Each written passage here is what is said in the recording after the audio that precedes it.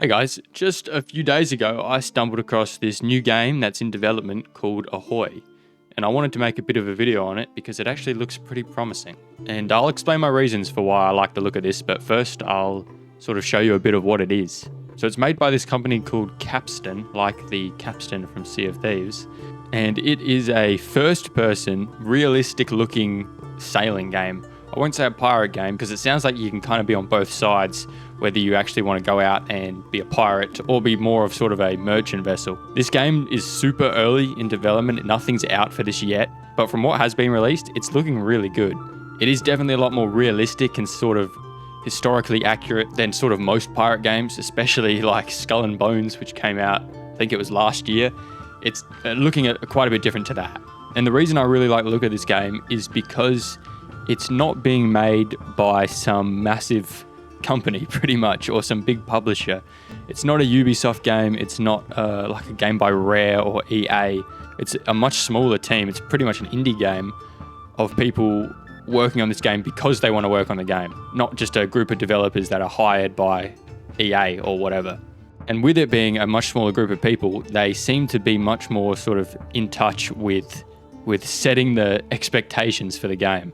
They explain a lot of the stuff in their video. I'll put the link in the description of their announcement video.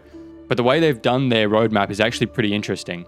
So they plan to release a sort of like safer seas looking mode at the very start of 2026. So this is still a while away, but I'll tell you why I wanted to make a video on this now, because there's ways you can get early access to this game. So that's going to be a closed alpha, and that mode, from what it sounds like, is literally just boats in the ocean and sort of just testing stuff. You're going to get to practice sailing, and it does sound like it's going to take proper skill, probably a little trickier than just pointing your boat in the direction you want and then clicking fire to shoot the cannons. It sounds like there's going to be some sort of learning curve to the game, which I like the sound of. And from what I could find, it doesn't look like there's any gameplay out yet, but I'm assuming it's going to be first person on the boat like Sea of Thieves, which means you're probably going to be doing stuff similar to Sea of Thieves where you have to actually raise the sails and interact with this stuff on the boat rather than like a Skull and Bones type thing where you're in third person just driving the boat around with WASD. So that's the first thing they're releasing. Then the next release that they've got planned, which is at the end of 2026, is going to be Arena. And this one's going to be a public release. So with this Arena mode, they're kind of slowly going to be adding more gameplay into the game, with the future goal being that it turns into an open world game. But they're sort of slowly adding stuff in to work up to that, which I think is a good idea. So game modes are going to be added in like, you know, a fleet versus a fleet, like a 5v5 just ship battle, or like capture the point mode. And with it being first person, it looks like you're playing as a character, like you're not playing as the boat. So you can get off at islands, and they've got this Port Royal already made, which looks quite good. So I'm guessing the idea of this is to be able to add different gameplay elements into the game while it's released, so people can test them and play them, with the future goal being a fully open world game. And I really like the idea of that. I think that's better than keeping everything closed off until you've got the whole thing done and then trying to release this perfect open world game, which just is probably not going to do well, just like Skull and Bones didn't really do well.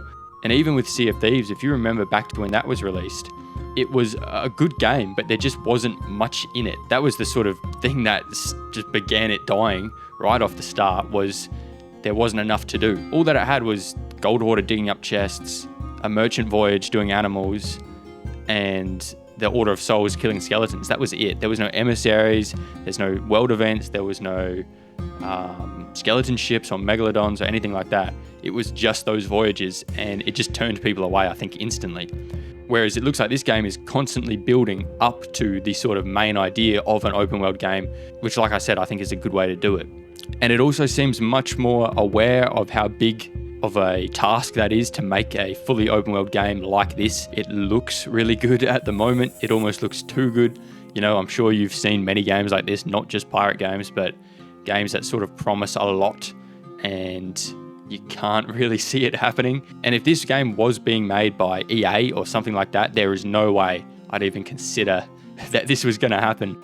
But since it's being made by a much smaller team that actually want to make this game and seem passionate about this game, I'm much more confident in it. And they seem to be able to set realistic expectations and goals. And at the very least, because they are slowly adding in different game modes, there's going to be some game, and there's going to be something to build off, rather than just building this game without any feedback and then trying to release it and hoping it does well. So this is their Kickstarter page, and you might see immediately that they've gone way over the goal that they wanted. This is in Australian dollars, but if I convert it, they originally wanted £80,000 and they've got almost £500,000. So there are a lot of people who have faith in this game, and I'm sure you've seen projects like this which have got donations and had stuff like this and have completely flopped, but there is a lot of people and a lot of money behind this, and hopefully if it goes the way that it looks like it's going to go, I think it could do really well. Now, the early access stuff is all done through this Kickstarter and through donating. So they have different tiers depending on how much you donate, and then through these tiers you get different stuff. It's all explained in their video. They can probably explain it better than me. But for example here, if you buy this acting lieutenant pledge, £35, which is a decent amount of money, you get the arena game key at launch, and you get some other stuff, in-game stuff. You get your name in the credits, which is pretty cool. And then as you pledge more and more, you get more and more things. For example, this one, you're getting the Sea Trials Alpha experience. You're getting 2 keys. And if you go all the way to the bottom, like some of these are crazy, £8,000. 2 people have backed it on this tier, getting to sponsor a new ship, whatever that means, something in-game. You get 21 different keys. You get a physical captain's hat.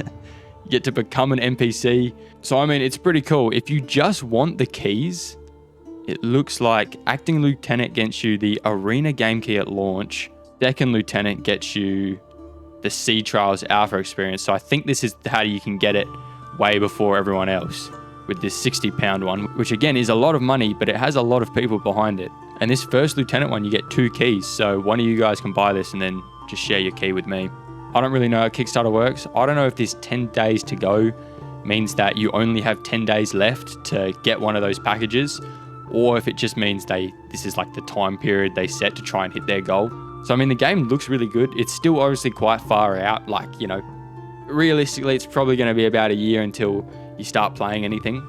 But the fact that this team seems to not be making these crazy expectations for themselves, they're very aware that this is a tricky game to make.